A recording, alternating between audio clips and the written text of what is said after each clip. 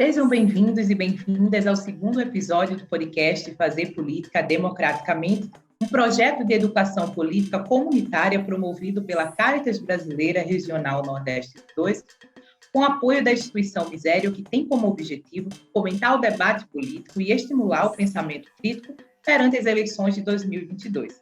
Eu sou Isabel Nascimento e, juntamente com Daniel Lins, apresentaremos esse segundo episódio. Hoje vamos conversar sobre fake news, as notícias falsas que são divulgadas e que têm um grande poder de influência sobre a sociedade e nos rumos da política, sobretudo em período de eleições. Para isso, contamos com a participação de Laércio Portela, jornalista, editor e cofundador da Marco Zero Conteúdo, coletivo de jornalismo independente baseado na cidade do Recife, e de Raíssa Galvão, editora da Mídia Ninja, uma rede de comunicação livre que busca novas formas de produção e distribuição de informação a partir da tecnologia e de uma lógica colaborativa de trabalho. A informação é um quesito muito importante para toda a sociedade. Estar bem informado sobre o que acontece, além da nossa vida individual, é imprescindível. Não apenas para termos uma opinião sobre tudo o que envolve a vida em sociedade, mas também para nos posicionarmos diante dos fatos sociais. Para nos ajudar a refletir sobre o que representa a concentração midiática no Brasil e qual a importância da democratização dos meios de comunicação em uma sociedade, passamos a palavra para Raíssa Galvão, representante de um dos principais veículos de informação independente na atualidade, a Mídia Ninja. Bem-vinda, Raíssa, pode ficar à vontade. Obrigada, Isabel. Olá a todo mundo que está aqui ouvindo nosso podcast. É um prazer a gente estar aqui participando desse encontro, participando desse espaço de troca de informações, de conhecimento. E para a gente é muito importante poder ter esses ambientes, né? E trazer um pouco do que você coloca sobre a concentração da mídia. Isso para a gente sempre foi um ponto fundamental, sempre foi um ponto motriz da nossa mobilização, porque a gente entende que a gente vivia numa era que é uma era de uma mídia de massas, que era um espectador, um veículo falando para uma massa de pessoas, né? E agora a gente vem transformando essa mídia de massas em uma massa de mídias. A gente sempre luta e trabalha para que a gente consiga construir não apenas um veículo, mas uma série deles, né? A gente consiga criar um ecossistema de veículos, de comunicadores, de mídia-livristas, para poder construir, produzir conteúdo e trazer as notícias, os fatos, a partir da sua própria perspectiva, a partir do seu ponto de vista, do seu lugar de fala. Então, essa transformação, ela vem acontecendo muito a partir também da internet, do advento da internet, e aí no início eram os blogs progressistas, depois foram vindo os sites, os canais, as transmissões ao vivo, os espaços de youtubers, e tudo isso hoje em dia tem os influencers, os formadores de opinião. E além das pessoas, né, que produzem seus conteúdos, que são esses formadores de opinião, a gente tem também uma série de coletivos, mídias e veículos que vêm se formando, vêm se articulando para também trazer a informação, né? A gente sabe que o poder da informação, ele é muito importante dentro da nossa sociedade. Quem informa, quem traz conteúdo, quem traz informação é quem também conta a história, né? A gente vê muito assim, quem está contando essas histórias que a gente ouve, e essas histórias, elas têm muitos pontos de vista, né? Ela tem o ponto de vista de quem é o protagonista, de quem é a vítima, de quem está ali, e a gente muitas vezes estava acostumado a ser o mesmo grupo que contava essas histórias. Agora a gente consegue ter várias visões, né? Eu digo que antigamente tinha uma manifestação, por exemplo, em São Paulo, na Avenida Paulista, que é o principal lugar onde o pessoal normalmente faz os atos, as mobilizações, e aí os veículos noticiavam assim: ato de vândalos fecha o trânsito na Avenida Paulista. E só falava isso, só falava caminhos de rota para o trânsito, mas não falava quem eram aquelas pessoas que estavam ali, por que aquelas pessoas estavam ali, sobre o que elas estavam protestando, qual que era o objetivo daquilo ali, e a história de vida por trás de cada um que estava ali, né? E a Mídia Ninja, ela surge, e a gente tem muito essa perspectiva e esse intuito de trazer e dar visibilidade para essas pessoas que estão ali protestando, né? Para falar assim, não, sim, parou o trânsito. Mas por que parou o trânsito? A gente está lá, não de cima de um helicóptero mostrando aquela mobilização, mas de dentro da manifestação, com um celularzinho, com uma câmera, entrevistando as pessoas, falando: oi, boa tarde, vocês estão aqui, por quê? O que aconteceu? Por que vocês estão se manifestando? Essa manifestação tem algum intuito? Qual que é o objetivo que vocês almejam? Por que vocês se indignaram a ponto de vir parar uma rua? Enfim, a gente consegue trazer outros pontos de vista, né? E a gente sempre fala, dentro da mídia ninja, que a mídia ela não é imparcial, né? É um mito da imparcialidade que está colocado aí. Todo mundo, quando você vai contar uma história, você está contando a partir de um ponto de vista. Seu ponto de vista já é a sua parcialidade. E para a gente isso é muito importante, a gente sempre foi muito claro quanto a isso. A gente tem um lado, sim. A gente tem um lado dos movimentos sociais, a gente tem um lado das pessoas negras, dos LGBTs, dos PCDs, enfim, das mulheres. A gente quer visibilizar essas pessoas e contar as histórias a partir desse ponto de vista, né? E a gente fala que, na verdade, o ideal não é que a gente tenha mídias imparciais por aí, porque isso é uma falácia, mas que a gente tenha, na verdade, um mosaico de parcialidades, que cada um conte a sua história, cada um conte, lógico, o fato é o mesmo, mas a abordagem ela é diferente, né? Isso é uma questão bem interessante, inclusive, para esse debate sobre fake news, né? Não é que a gente vai estar distorcendo o fato, não, mas eu estou contando o fato a partir de um outro ponto de vista. Então, eu acho que, pensando um pouco nisso, né, desses barões da mídia, para a gente são esses dois conceitos principais. A gente trocar uma mídia de massas por uma massa de mídias e a gente matar esse mito da imparcialidade e apresentar aí, para quem está querendo nos acompanhar, esse mosaico de parcialidades. Pegando um gancho aí na fala de Raíssa também, quando trata sobre essas mídias de massa, nós temos que uma realidade posta, que os principais meios de comunicação são controlados por grupos com interesses econômicos, políticos, religiosos, e sendo assim, é um pressuposto que haja também restrições de pautas nesses veículos tradicionais. Nesse sentido, como a Marco Zero Conteúdo, enquanto veículo independente, lida com a apuração e divulgação dos fatos? Primeiro, eu queria começar a minha intervenção aqui agradecendo pelo convite da Caritas. É muito importante para a gente que trabalha na mídia independente ter esses espaços de debate, de troca, né? Que são pouco usuais, digamos assim, quando você está na mídia tradicional, e é muito bom a gente refletir sobre democratização da mídia, proliferação das fake news, né? O desenvolvimento também dessa massa de mídias, como a Raíssa falou. Então, agradecer a você, a Isabel também que está aqui com a gente, a Raíssa. A gente cria Marco Zero em 2015 justamente dessa perspectiva de fazer um contraponto, inicialmente, né, a essa concentração da mídia, né? Porque você existe no Brasil a concentração da mídia do ponto de vista nacional, você tem 4, 5 grandes grupos no eixo Rio-São Paulo, que funcionam, aquele termo que se usa, né, na radiodifusão, como cabeças de rede, né? Elas estão ali no eixo Rio-São Paulo, nas TVs abertas. Então, toda a mídia regional está associada de radiodifusão a esses grandes grupos, SBT, Rede Globo, Record, Rede TV e tal. E você tem também, a gente fala pouco, mas você tem também uma concentração no eixo Rio-São Paulo das agências de notícias, né, Folha, Globo, Estadão, que acabam produzindo conteúdo que é homogeneizado em todos os estados, quando os jornais regionais reproduzem a cobertura, por exemplo, da política nacional a partir dessas agências nacionais. Então, assim, há uma concentração enorme de veículos e isso se manifesta na concentração de conteúdo, de olhares sobre a política nacional, a economia, né? Sobre vários aspectos da sociedade brasileira. E isso se reproduz nos estados também.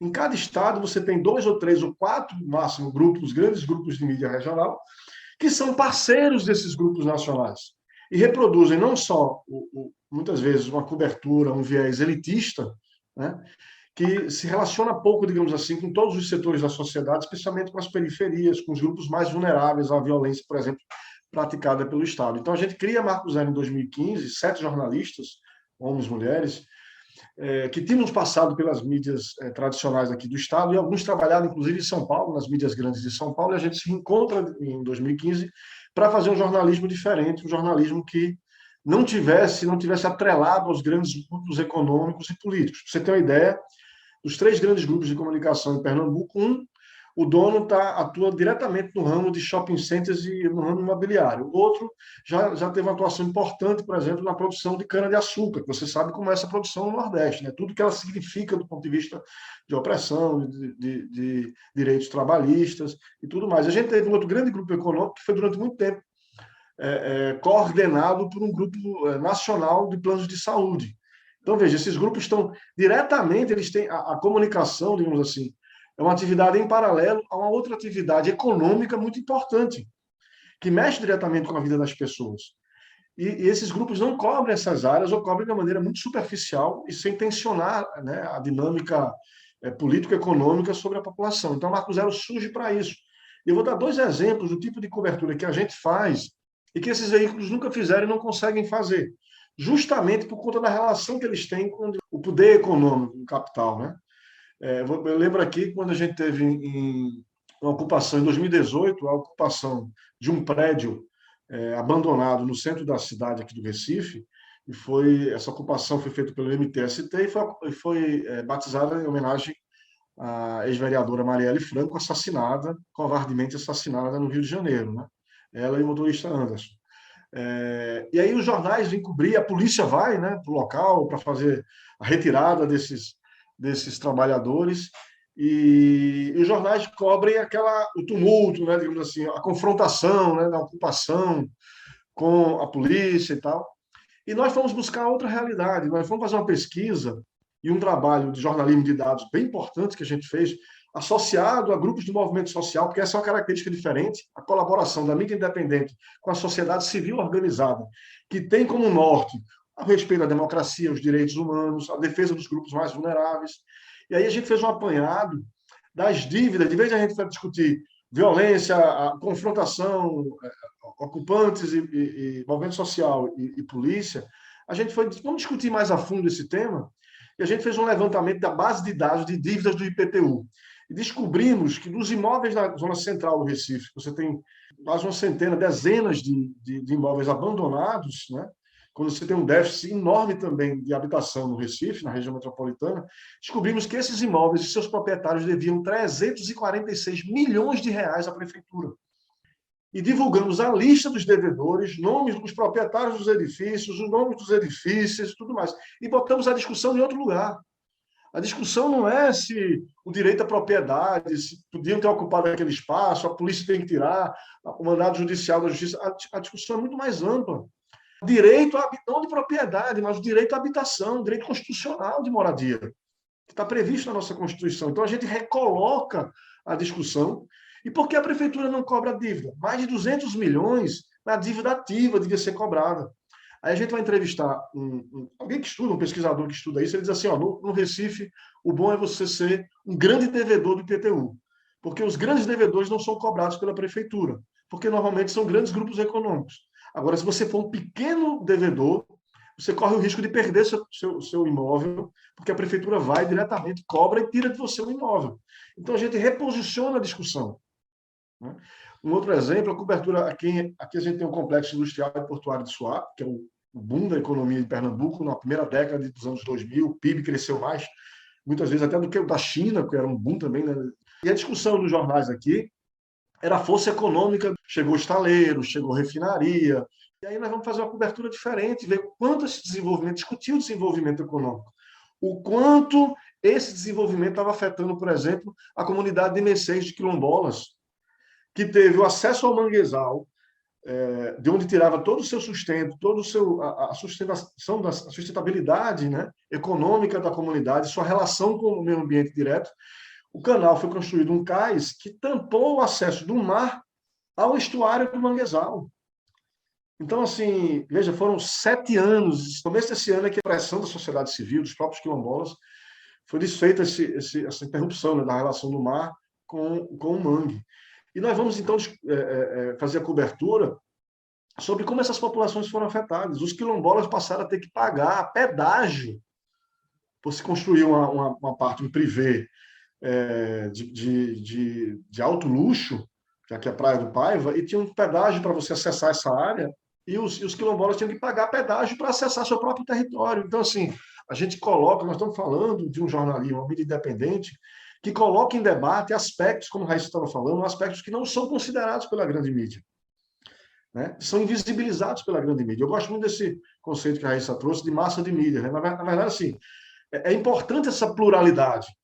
Não existe uma única mídia independente. São várias as mídias independentes que existem no Brasil, com vieses diferentes, alguns, inclusive, que têm mais recursos, têm mais condições, outras têm menos condições, mas o importante no debate da comunicação no Brasil é a gente ter visões distintas, diferentes. Mas isso não exclui o fato de que a gente precisa discutir também a democratização da mídia do ponto de vista da radiodifusão, de concessão das grandes emissoras, né? Da distribuição, do fomento. Inclusive, a FENAGE agora, a Federação Nacional de Jornalistas, está discutindo uma proposta de você buscar recursos via as grandes plataformas para financiar a mídia independente. É importante a gente discutir formas de fomento, de fortalecer essa mídia independente e distribuir mesmo também a radiodifusão, TV, concessões de TV e rádio, que a gente sabe que o nosso país foi distribuído de uma maneira política, né, para conquistar apoio político. Eu queria terminar a fala só lembrando um aspecto super importante da mídia independente, que antecede Marco Zero, Mídia Ninja, todos nós que temos aí 10 anos, 8, 9 anos, que são as rádios comunitárias, o papel das rádios comunitárias. A legislação das rádios comunitárias no Brasil ela é absurdo, de você só poder atingir até 1 quilômetro de onde está a tua base, de não poder ter propaganda, né? Nem do comércio local. A legislação foi criada, na verdade, para cercear o direito à rádio comunitária. A gente sabe que a Polícia Federal ela vai fechar as rádios que estão nesse campo, digamos assim, dos movimentos sociais, dos direitos humanos, da defesa daquelas comunidades periféricas. Porque existem várias outras rádios que estão associadas a igrejas, associadas a um perfil mais conservador, que essas estão atuando, às vezes, até em alguns casos na legalidade, e essas não são perseguidas. Então, assim, discutir democratização da mídia no Brasil envolve vários aspectos da radiodifusão tradicional e do fortalecimento, da divisão melhor do espectro da radiodifusão nacional e do fomento e do desenvolvimento das mídias independentes, dessas mídias de massa de mídias. Vou de total acordo. Eu acho que, inclusive, quem está trabalhando com mídia independente tem esse entendimento comum, né, dessa importância desse fortalecimento. E uma coisa que me provocou bastante, que eu acho que é sempre importante de ressaltar, é que essa massa de mídias ela trabalha numa perspectiva completamente diferente dessa mídia de massas, né? Ela trabalha na perspectiva de colaboração, de potencialização, né? A gente não existem disputas diretas entre essas organizações, né? Entre esses veículos. A gente sempre trabalha em conjunto para fortalecer e para poder amplificar as mensagens que a gente tem trabalhado. Assim, eu acho que isso é um ponto muito interessante da gente observar. Eu lembro que em 2013 ainda, né, quando começou a repercutir ainda mais esses coletivos, teve ali um boom de medialivrismo muito forte a partir das jornadas de junho, foi onde também a gente se consolidou também enquanto uma mídia independente naquele período, e eu lembro de uma pesquisa que me marcou muito, que foi do Fábio Malini, que é um professor da UFES, da Universidade Federal do Espírito Santo, e ele sempre estudou redes sociais, comunicação, e ele fez um estudo falando dessa massa de mídias, e eu lembro que ele fez uma comparação, tinha um gráfico, aqueles gráficos que a gente hoje está super acostumado, né, com vários perfis, os nomes dos veículos, e ele acompanhou as publicações de 237 veículos de comunicação independente e comparou o alcance desses veículos com o alcance da TV aberta da Globo. E foi a primeira vez que ele fez essa comparação e estava passando, né, estava ultrapassando o alcance a essa massa de mídias, esse conglomerado de mídias ali estava tendo mais repercussão do que o Ibope da TV aberta. E eu acho que isso em 2013, né, onde ainda não tinha tanta usabilidade mesmo das redes, todo mundo trabalhava com isso, mas hoje em dia isso está muito mais comum, todo mundo tem um celular na mão, todo mundo produz conteúdo, tem profissão de produção de conteúdo, etc. Mas naquele período já era assim, e hoje em dia, se a gente for ter essas comparações, com certeza a gente vai ter aí um número também bem relevante.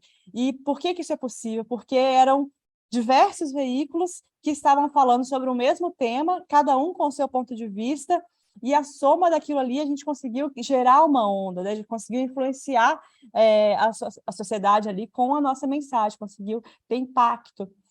Então, acho que isso é super importante da gente ressaltar, porque isso só é possível por quê? Porque a gente não está disputando um com o outro, a gente está se somando e trabalhando em conjunto para amplificar essas mensagens, assim. Então, me lembrei disso, enquanto estava falando, eu fiquei bem provocada de trazer, porque é, de fato, uma construção que está sendo feita e que, muitas vezes, a gente vê assim, mas eu estou fazendo um trabalho aqui, é muito pequenininho, não tem necessariamente alcance, relevância, mas não, tem. Se a gente olha um pouquinho, né, se dá um zoom out, olha um pouquinho de cima, a gente vê que isso realmente tem importância, está impactando e tá dentro de um conjunto, né, desse ecossistema. A gente sempre fala muito desse ecossistema de mídias.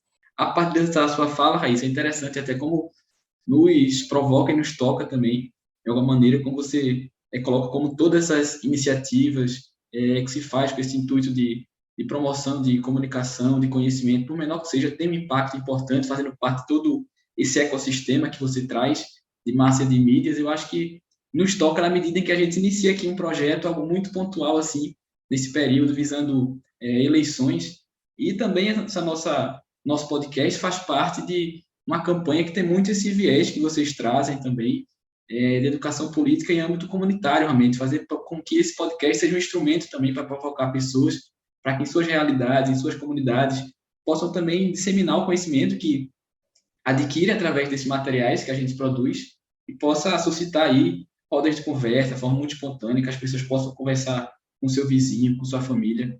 E nos inspira também muito essa fala de vocês, tidos como referência para a gente no que fazem, e nos dá também esse sentimento de que, de alguma forma, podemos fazer parte disso também, nesse sentido colaborativo que vocês trazem, nos deixando também já muito à vontade nessa conversa. E eu acho que nos anima a continuar nessa luta que é de todos nós, e a Caritas também tem se colocado nessa posição enquanto organização da sociedade civil, como Laércio e Raíssa trazem, que tem andado de mãos dadas, né?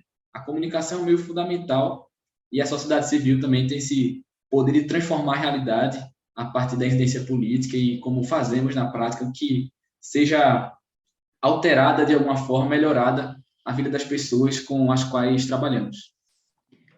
Daniel, e assim, eu queria trazer um ponto que me chamou muito a atenção na fala dos dois, né? Eu acho que foi ótima essa intervenção de Raíssa, a fala de Laércio também. Eu, como pessoa, para além de comunicação da Caritas Regional Nordeste 2, a gente também segue e acompanha as notícias e a história do Marco Zero, do Mídia Ninja, né? Me impressiona com a qualidade e a quantidade de dados, a aproximação com as pautas sociais e a integração, né, que esses veículos têm. É impressionante. E, assim, comunicação não só para o povo, mas com o povo, né? Como a Raíssa traz, assim, hoje em dia, as pessoas, todo mundo com o celular na mão, virou meio que um jornalista, um comunicador, mas como a gente, né, como gatekeeper, que é aquele o que segmenta as notícias, né, como a gente faz uma boa apuração de uma forma a não ser superficial, porque muitas vezes os veículos tradicionais trazem pautas de forma superficial, e aí vem os coletivos, os veículos de mídia independente, que aprofundam pautas que trazem novos temas, e temas que refletem outros temas, então são camadas em cima de camadas que a gente vê, que não só o Mídia Ninja, como o Marco Zero vem trazendo para a gente, né, quanto publicações.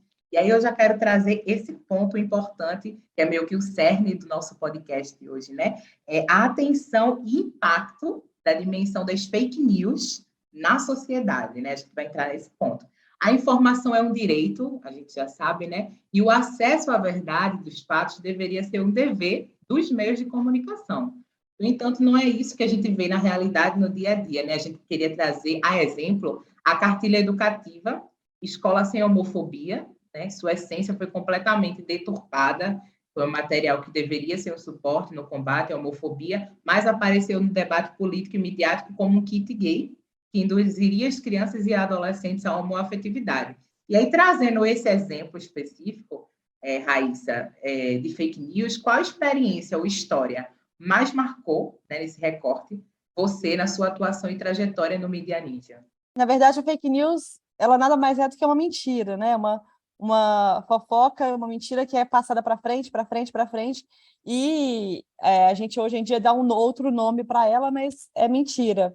O que a gente tem vivenciado é a criação de estruturas e de ferramentas para potencializar a difusão dessas mentiras, né? Uma mentira que era contada boca a boca, um burburinho que saía rolando na cidade, hoje em dia ele tem uma grande estrutura financiada, e aí eu acho que esse é um grande debate também, por quem financia a difusão dessas fake news, né? Isso é uma questão que está muito colocada hoje em dia e que é um ponto que precisa ser investigado e, né, criar, inclusive, legislações para isso. O Congresso está numa labuta ali para conseguir regulamentar isso, mas são mentiras difundidas em grande escala. Eu acho que isso é um ponto super importante da gente pensar. E uma das coisas que me chamou bastante atenção no ano passado, a gente acompanhou muito de perto, a gente assistiu todas as sessões e acompanhou super de perto a CPI da Covid no Senado. E ali era, assim, um show de fake news em muitos momentos, né?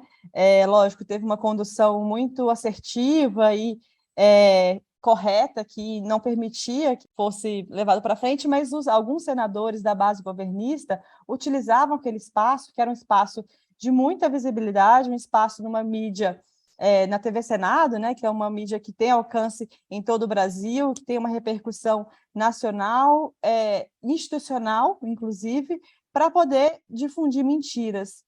E falavam ali à torto e à direito uma série de mentiras que eles repetiam, e, inclusive, foi um processo mais para o final da CPI. Os senadores não deixavam, inclusive, esses senadores falar, respeitando, logicamente, a liturgia ali da casa, né, o tempo de fala de cada senador, mas sempre que uma mentira era falada, eles eram cortados logo em sequência para que aquilo não fosse veiculado, porque a estratégia que eles estavam utilizando era um senador da base governista usava o plenário, usava o tempo de fala dele na CPI, que é um espaço institucional, fazia um discurso lotado de mentiras, depois recortava só aquele trecho e aquilo ali circulava, e ele colocava aquilo como corroborado pela sociedade ou pela instituição, porque ele estava num espaço institucional, no Senado Federal. Mesmo que depois ele tivesse sido rebatido, aquilo ali era cortado e veiculado sem o contexto, né, que é o que eles fazem muitas vezes.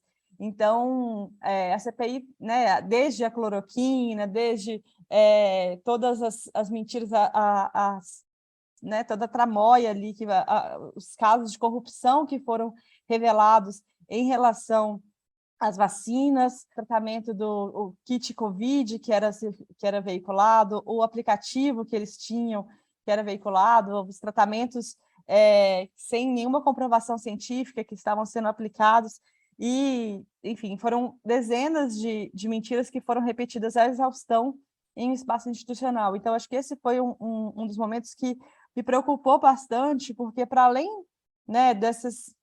porque hoje em dia entre aspas, fácil, né, você criar uma mentira e isso viralizar. Você cria um site, um veículo, dá uma cara que parece institucional para aquilo ali, né, que tem um nome, tem uma marca, e solta aquele link no WhatsApp, aquilo ali circula como se fosse verdade. E isso é feito, né, há muitas pelos bolsonaristas, e a gente tem acompanhado isso de perto, mas esse espaço da CPI, para mim, foi um caso grave, porque eles estavam usando a estrutura do Estado, né? O que o próprio presidente faz, falando, né, em seus espaços. Ele, inclusive, hoje em dia, ele tem diminuído as falas públicas institucionais e feito mais as lives dele, que são direcionadas para o público dele. Ali é o espaço onde era uma chuva de fake news, chuva de mentiras. Então, enfim, acho que esse ambiente, essa utilização das instituições, dos espaços e das estruturas de poder que a gente tem para poder disseminar mentiras é uma das coisas que mais me preocupa, né? Para além da importante né, ressaltar que não é menor, mas essa rede subterrânea que circula, essa rede ela é validada por esses discursos oficiais. Então, quando a gente tem quando você constrói a base, né? Você faz ali a cama, distribui isso nessas redes subterrâneas, no WhatsApp, sua tia, o tio do Zap que está circulando a mentira, e aqui você ouve aquilo, você não, nem acredita muito, ou então você só leu, e a gente fala muito sobre isso, a repetição, quando você recebe aquilo de várias fontes diferentes, você vai absorvendo aquela informação, por mais que você não acredite nela de cara, mas depois ela é validada por um discurso oficial. Então, aquilo ali começa a fazer sentido, as pessoas começam a acreditar. Então, esse é um perigo muito grande que a gente vivencia hoje, nesses dias, né? Então, enfim, acho que, para mim, um caso que foi bem emblemático foi esse da CPI, e saúdo aí, inclusive, os senadores que estavam fazendo um trabalho hercúleo ali de desmentir todas essas mentiras que eram ditas, e um trabalho, inclusive, de denunciar e expor, né? Foi a partir dali que a gente conseguiu alguns avanços dentro do combate à Covid aqui no Brasil, o início da vacinação, etc.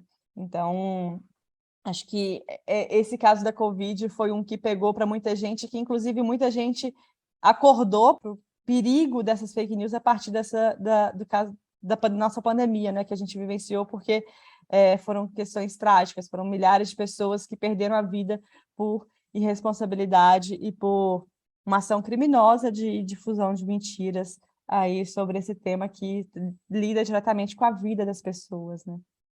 Aproveitando essa sua fala sobre a Covid, Raíssa, nós lembramos também que, para além essa questão colocada sobre a própria procedência, legitimidade e validade de algumas vacinas, inclusive em sentido contrário ao que era disposto pela OMS na altura, nós lembramos também que ainda nos primeiros meses da pandemia no Brasil, em 2020, quando não se tinha propriamente as vacinas para a doença, veio grande repercussão também aquele tratamento preventivo que era reproduzido, inclusive, por representantes políticos com o uso do medicamento cloroquina. E isso fez com que as pessoas que faziam uso do medicamento, que deveriam fazer, algumas até com uso contínuo, ficassem sem ter a disponibilidade do medicamento nas farmácias, em razão dessa fake news que foi colocada, e fez com que favorecesse também diretamente empresas vinculadas à indústria farmacêutica, muitas, inclusive, com vinculação direta ou indireta com representações políticas também. Então, a gente vê aí de forma muito clara como o uso intencional de disseminação de notícias falsas pode prejudicar também diretamente a população em detrimento de interesses pessoais. E aí, aproveitando já, tanto para a Laércio, inicialmente, quanto depois para você também, nos encaminhando para o fim, infelizmente, desse nosso papo, desse bate-papo que está sendo bem fluido, muito interessante também, e a gente queria colocar para vocês, diante desse contexto, propriamente agora, de eleições, que nós temos vivenciado, que certamente haverá um acirramento aí da disputa por esse chamado controle das narrativas para o convencimento dos próprios eleitores. Como vocês veem essa situação e quais sugestões vocês poderiam dar para as pessoas que estão nos ouvindo aqui, que são ouvintes desse nosso podcast, para que não sejam também vítimas dessa fake news, que não caem nessas fake news, e como podem proceder, até fazendo uso aí dos canais que vocês têm, para que não sejam influenciados por essas notícias falsas e tenham esse discernimento para esse momento importante, esse momento de eleições. Esse é um debate muito importante. Antes de chegar nas eleições, eu queria trazer outros 2 pontos, mas que eu vou conectar também com a questão das eleições, Daniel. Primeiro, assim, uma coisa que a Raíssa falou que é super importante, né? A gente não está falando de fake news, de histórias que as pessoas estão criando, cada um no seu lugar e tal. Nós estamos falando de fake news como estratégia política, né? Financiada, paga para circular e tensionar o ambiente político. Isso aconteceu no Brasil, na primeira eleição de Bolsonaro, mas aconteceu com a eleição de Trump, aconteceu antes a discussão do Brexit, né? A saída da Inglaterra, da Grã-Bretanha, da Comunidade Europeia. Então, assim, a noção de fake news está criando situações de insustentabilidade institucional e fortalecendo situações de golpe, como aconteceu aqui, inclusive, em 2016, no caso da presidenta Dilma. Então, isso é muito importante. Nós estamos falando de fake news produzidas a partir dos gabinetes em Brasília, com referendo do presidente da República, de autoridades federais. Então, o assunto é gravíssimo. A gente tende muito a associar fake news e a capacidade dessas informações, dessas mentiras, né, circularem ao advento da internet, das redes sociais, que possibilitaram, claro, que isso ganhasse uma dimensão que a gente nunca viu no Brasil, do ponto de vista de distribuição em massa de conteúdo. Mas eu queria trazer um negócio que eu gosto de fazer essa reflexão, é que, assim, esse ambiente da mentira, da produção de fake news, ele começa antes disso, inclusive antes da internet. E, infelizmente, eu gostaria de trazer aqui, eu acho que parte da cobertura da mídia tradicional tem a ver com isso. Vamos lembrar dos memes, quando não existiam memes, das capas da revista Veja, né? Que toda semana criavam do nada temas e assuntos que depois não se configuravam, não se mostravam reais, mas tumultuavam o ambiente político durante uma semana, 15 dias, 10 dias, né? Lembrar também a cobertura policial que a gente tem nas tardes das TVs abertas no Brasil, assim, né, criminalizando os movimentos sociais. Então, assim, eu vejo elementos, mesmo antes da internet, a mídia tradicional já construía um ambiente, deseducava, melhor dizendo, o telespectador e o público em geral, para o sentido do que é uma informação bem apurada, sabe, com os fatos ali. A cobertura da Lava Jato, gente, né? Onde não houve investigação, era o que o Ministério Público trazia era divulgado diretamente. Quer dizer, como é que a gente faz? Como é que você? Então, assim, o que é que isso diz sobre a fake news, né? Tinha um ambiente ali construído também pela mídia tradicional. Não apura, publica. Depois, se for o caso, depois a gente vai ajeitando, sabe? Então, assim, eu acho que essa é uma crítica importante que a gente faz, porque senão fica parecendo que a fake news é um advento da internet, né? E eu acho até muito interessante os esforços que a mídia tradicional tem feito, inclusive, para rebater, em muitos casos, as fake news. A gente já participou, por exemplo, do programa Comprova, que é um programa dos grandes veículos de comunicação, mas eles têm aberto portas para que parte da mídia independente também participe do programa. A gente participou na última eleição, fazendo checagem de fake news durante meses. É muito importante que isso aconteça. A gente também já participou de outro projeto chamado Truco, de checagem da informação dos candidatos a prefeito e a governador, porque até os candidatos divulgam também, né, fake news, né?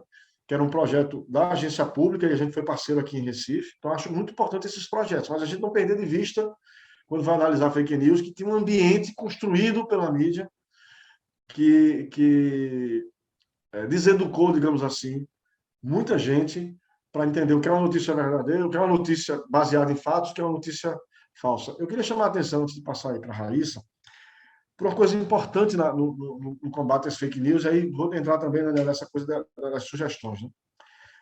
Tem uma coisa que eu gosto muito de falar das fake news, assim, é o trabalho que foi feito pelos coletivos de comunicação popular nas periferias das grandes cidades do Brasil. A gente fala sempre das grandes iniciativas da mídia, né, de checagem, quando o Ministério da Saúde deixou de dar os dados, por exemplo, divulgar os dados sobre pessoas infectadas e mortas pela Covid, e houve ali um grupo da mídia tradicional que se juntou, corporativos, e fez um trabalho realmente importante, fantástico mesmo, de organizar e divulgar diariamente o número de pessoas mortas, pressionar as secretarias. Esse é um trabalho importante que tem que ser reconhecido, de fato. Mas teve um outro trabalho que é invisibilizado, e que ele é muito importante no combate às fake news, que é um trabalho de proximidade. Nas comunidades periféricas, os coletivos populares, eles atuaram muito fortemente em dois momentos. Primeiro, quando o presidente da República disse que era uma gripe, né? É uma gripezinha, isso aqui não tem um efeito, isso aqui vai passar, o Ministério da Saúde dizia isso também. E esses coletivos disseram para suas populações, não é verdade, é grave, está matando as pessoas, vamos se cuidar, vamos garantir as condições para salvar vidas aqui. E foram coletivos que atuaram do ponto de vista da comunicação, mas atuaram também, aqui em Pernambuco, vários coletivos, por exemplo, de comunicação pressionaram as prefeituras para garantir que as escolas que fecharam continuassem garantindo a merenda escolar para as crianças. Então, assim, tiveram não só divulgar informações, como pressionaram politicamente, incidiram politicamente sobre suas comunidades. E uma coisa importante, a linguagem como você chega a essas pessoas, né? No período das pessoas, muita gente na periferia não queria se vacinar, achando que era desnecessário. Esses coletivos produziram pela comunicação nas rádio-poste, as caixinhas de som nos postes das comunidades, o LAMB, né? Não sei se esse termo é comum no Brasil todo, mas o LAMB, quer dizer, fixavam informações ali, iam colocando nas padarias, nas mercearias, nos lugares de grande fluxo. Aqui, por exemplo, as comunidades fizeram um trabalho fantástico no grafite. Nas comunidades dos bairros da periferia de favela, né? Às vezes as casas muito próximas às ruelas, muito pequenas, assim, onde mais transitavam pessoas e eles fizeram desenhos de pessoas com máscara, desenhos que eram comuns na comunidade, personagens da comunidade com máscara. Então, veja, a rádio bike, né? A rádio ia com um sonzinho, eles iam comunicando, passando pela comunidade, faziam um pequeno podcast ali, pequenos áudios sobre a importância de vacinação e tal. Esse é um trabalho que a Invisibilizado, né, foi super importante. E ele trazia as linguagens de proximidade com aquele público.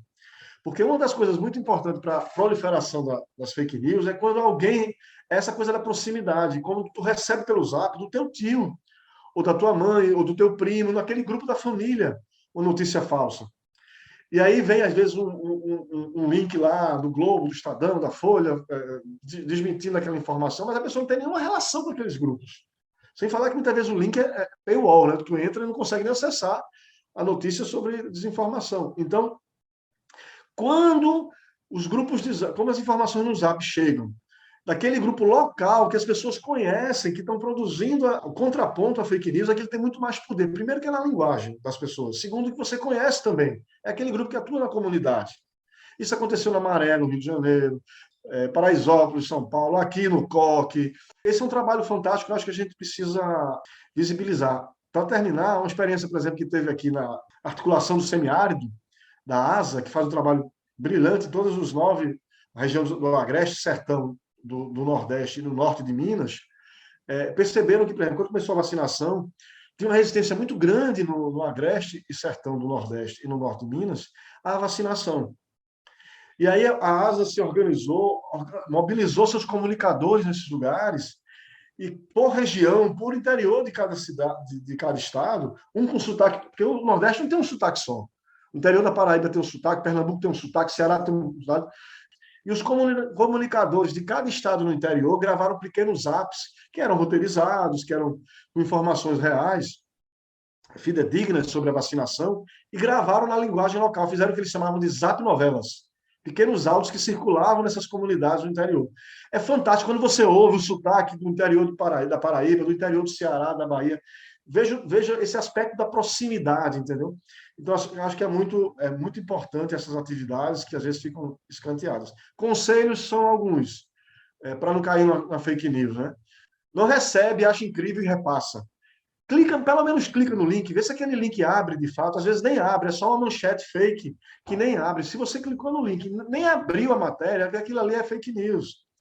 Outra coisa, se você recebeu uma informação que acha incrível, assim, te chamou muita atenção, vai ver se em outros lugares, em outros veículos, em outros lugares, aquela informação está vindo de outros lugares também. Tem outros lugares comentando. Porque se só está em um lugar, é muito suspeito, entendeu? Assim, hoje a gente tem essa quantidade tão grande de mídias. Então, informações, às vezes, que parecem... Não, isso aqui é um absurdo. Se é um absurdo tão grande, não estaria só ali. Né? Conversar mais com as pessoas, trocar mais ideias. Antes de passar um conteúdo, eu tenho grupos, por exemplo, grupos, inclusive, de comunicadores do campo progressista de esquerda, que às vezes botam um conteúdo ali.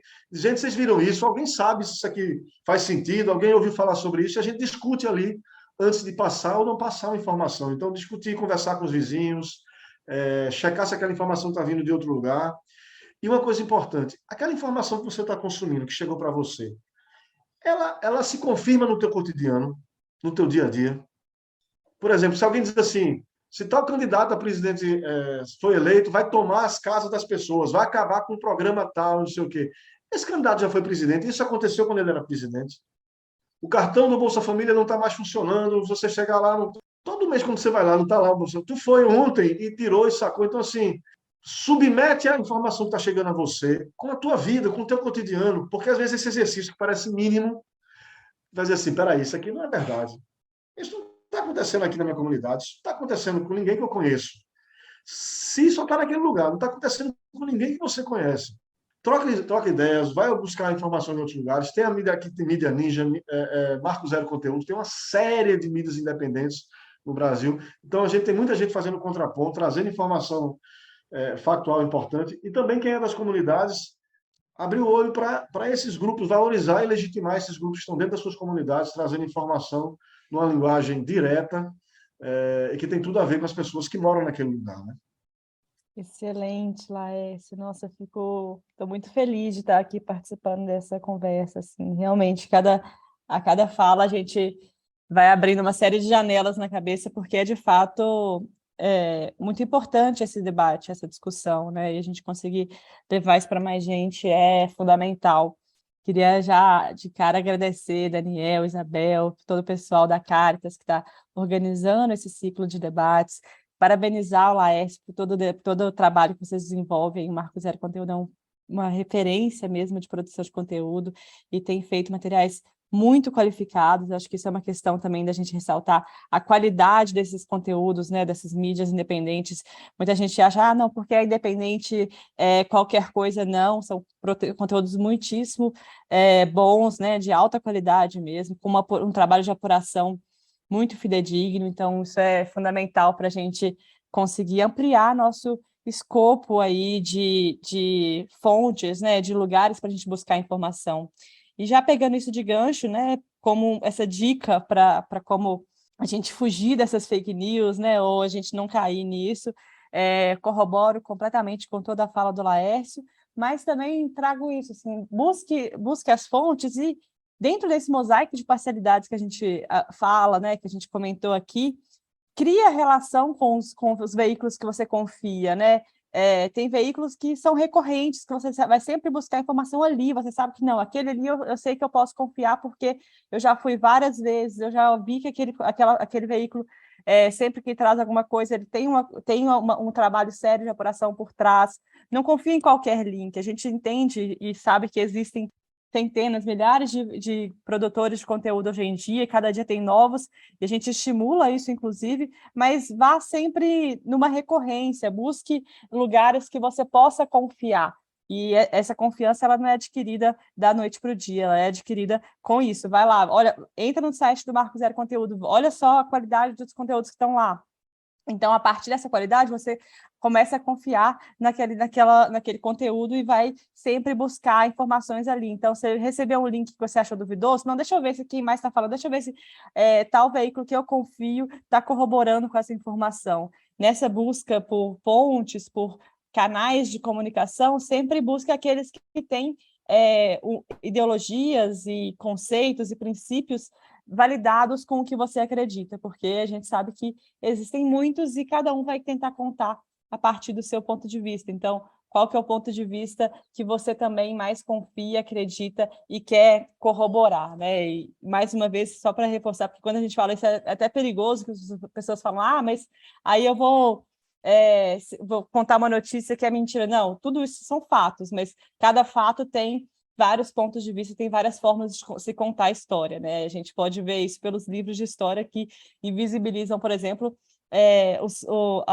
a presença dos povos indígenas no Brasil. Então, o fato é que existiam povos indígenas e eles foram dizimados quando chegaram, e não que o Brasil foi descoberto. Então, o fato existia e a forma como foi contada foi diferente. Então, passa muito por aí para a gente buscar espaços, veículos e ambientes de confiança.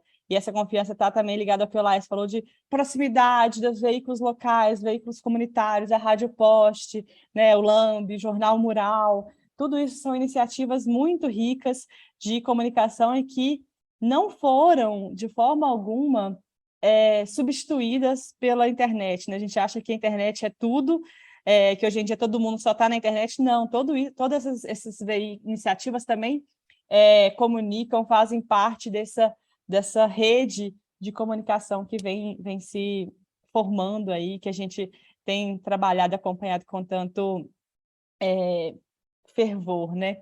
Então, é isso. Mais uma vez, agradecer a vocês aí pela oportunidade de a gente estar aqui e trazer esse debate que é tão importante para a gente. Agradecer muito o convite, agradecer a Daniel e Isabel aqui pela condução do nosso programa, a Raíssa pela troca, muito rica, acho que é uma iniciativa incrível, é super importante. Lembra aquela fala lá no início de Raíssa, né? Em vários ambientes a gente está presente, parece às vezes que é pequeno, mas não é. Quando soma todas as iniciativas, né? É muito importante também essa parceria, essa colaboração entre sociedade civil organizada e mídia independente. Então, vocês estão de parabéns. Espero que venham muitos outros programas.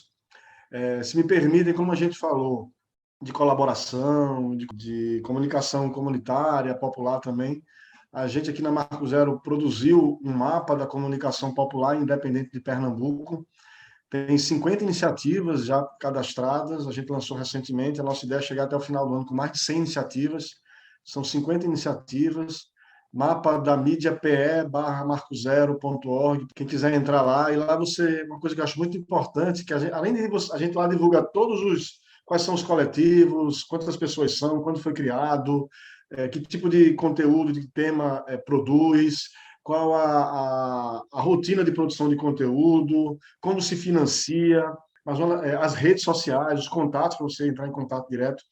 Mas o que eu acho mais bacana é que a gente tem em todo o coletivo um álbum de fotos, assim, que você vê a cara das pessoas que estão produzindo conteúdo e vê a diversidade dos indígenas, grupos indígenas, que são incríveis aqui na produção audiovisual no interior de Pernambuco. A gente tem a segunda maior população indígena do Nordeste. A produção que vem dos quilombos também, de conteúdo, região metropolitana, interior do estado. Então, mostra a riqueza dessa comunicação e essa importância da colaboração. A gente atua, a Marco Zero, em colaboração com vários outros grupos de mídia independente. Então, parabéns e sigamos aí no fortalecimento da mídia independente e popular em Pernambuco e no Brasil todo, em todos os estados. Vamos lá. Bom, já encaminhando, né, um pouco para finalmente nosso podcast, só queria agradecer demais a presença de Laércio, a presença de Raíssa.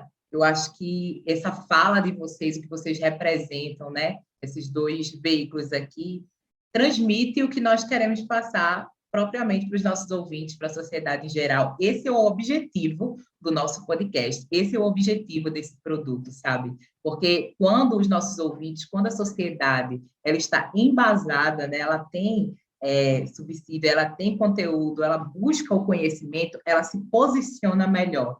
Então, esse é o objetivo desse produto. As pessoas se informarem politicamente para se posicionar de uma forma embasada, não só nos meios sociais, mas na sociedade, em seus grupos, que começa dentro do próprio núcleo, né? Em casa, amigos, rodas de conversa, debate, e aí a gente vai crescendo.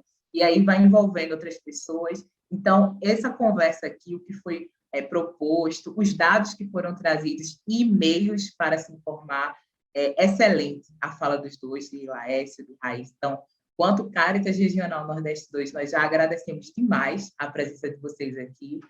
Com isso, dizer que o nosso podcast Fazer Política Democraticamente vai ficando por aqui. Acompanhe os próximos episódios que serão lançados quinzenalmente nas plataformas do YouTube e Spotify da Rede Cáritas Brasileira Regional Nordeste 2.